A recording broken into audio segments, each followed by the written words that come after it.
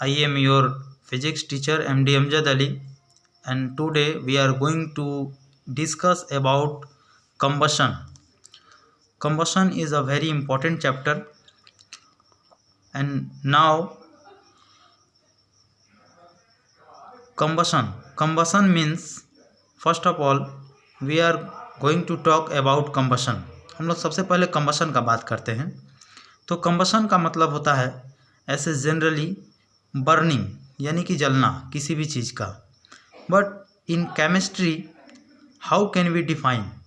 तो students, chemistry में हम इस चीज़ को कैसे डिफाइन कर सकते हैं? तो कंबशन का मतलब है कि कोई भी सब्सटेंस जब ऑक्सीजन के साथ रिएक्ट करता है तो हीट और लाइट प्रोड्यूस करता है। इस केमिकल प्रोसेस को हम लोग कहते हैं कंबशन। कैसे इसको हम लोग लिखेंगे? तो कंबशन क्या है? Combustion is a chemical process.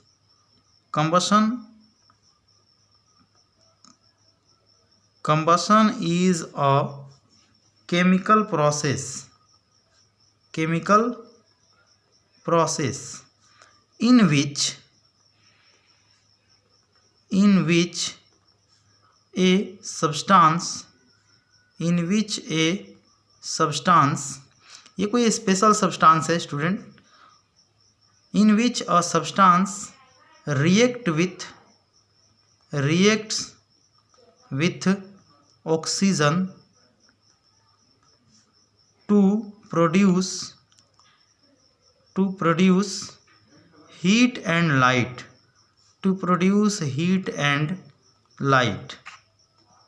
This process is known as combustion.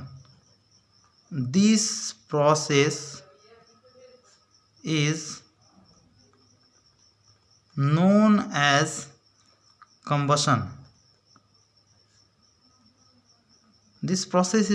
combustion.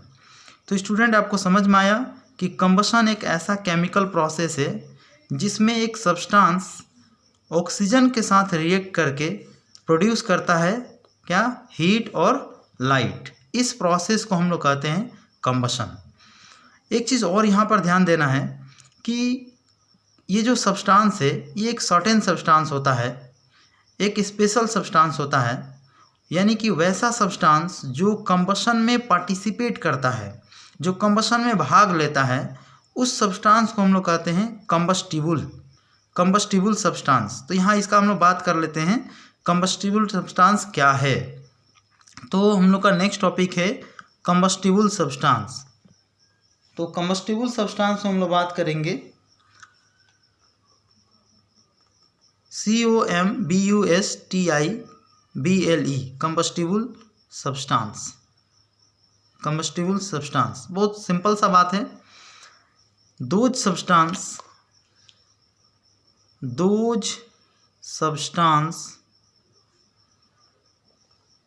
substance which undergoes in combustion,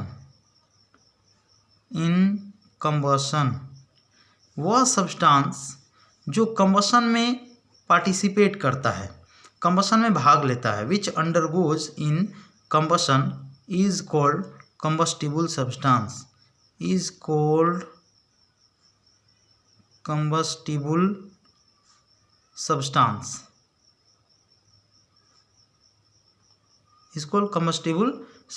तो स्टूडेंट, आपको पता होगा कि कौन कौन सा सब्सटेंस जो है कंबशन में पार्टिसिपेट कर सकता है। तो आप देखे होंगे वुड जो है ऑक्सीजन के साथ रिएक्ट करके हीट और लाइट प्रोड्यूस करता है, यानी कि कंबशन में पार्टिसिपेट करता है। कोल हो गया, ETC, ऐसा बहुत सारा है, जैसे कि LPG गैस हो गया, पेट्रोलियम हो गया, केरोसिन ऑयल हो गया। बहुत सारा सब्सटेंस है जो जलता है, यानी कि कंबशन में पार्टिसिपेट करता है, तो उसको हम लोग कहेंगे combustible substance. Okay student, and now we are going to discuss a very important topic, ignition temperature. तो हम लोग का नेक्स्ट टॉपिक है इग्निशन टेम्परेचर।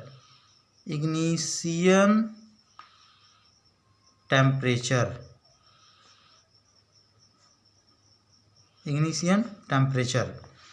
सपोज करो कि अगर आपको 3 फ्यूल दिया जाता है, यहाँ पर हम लोग रफ कर लेते हैं थोड़ा सा।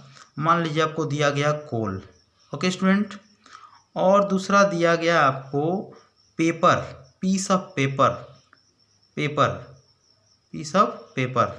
कागज़ का टुकड़ा, और मान लीजिए अच्छा चलिए 2 ही दिया हुआ है, 2 फ्यूल दिया हुआ है, एक कोल है और एक है पीस ऑफ पेपर।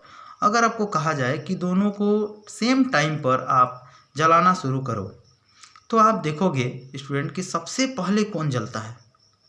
आप कहोगे सर पेपर जलता है, सबसे पहले पेपर जलता है, और कोल जो है वो कुछ टाइम बाद बर्निंग होना स्टार्ट करता है।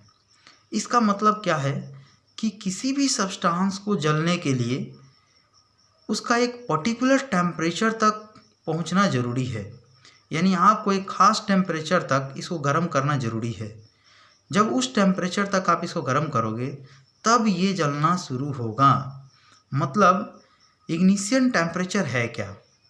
तो वह मिनिमम टेम्परेचर जिस पर कोई भी सब्सटेंस जलना शुरू करता है, वह मिनिमम टेम्परेचर जिस पर कोई भी सब्सटेंस जलना शुरू करता है, उस टेम्परेचर को ही इसका इग्निशन टेम्परेचर कहा जाता है।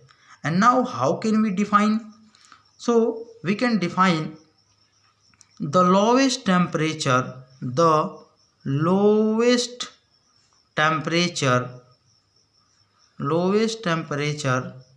एट विच, यानी कि जिस पर a combustible substance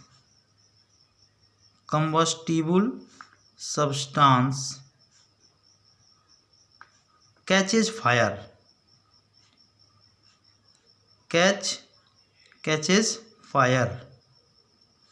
The lowest temperature at which यहाँ पर which छूट गया है, at which a combustible substance catches fire is called its ignition temperature।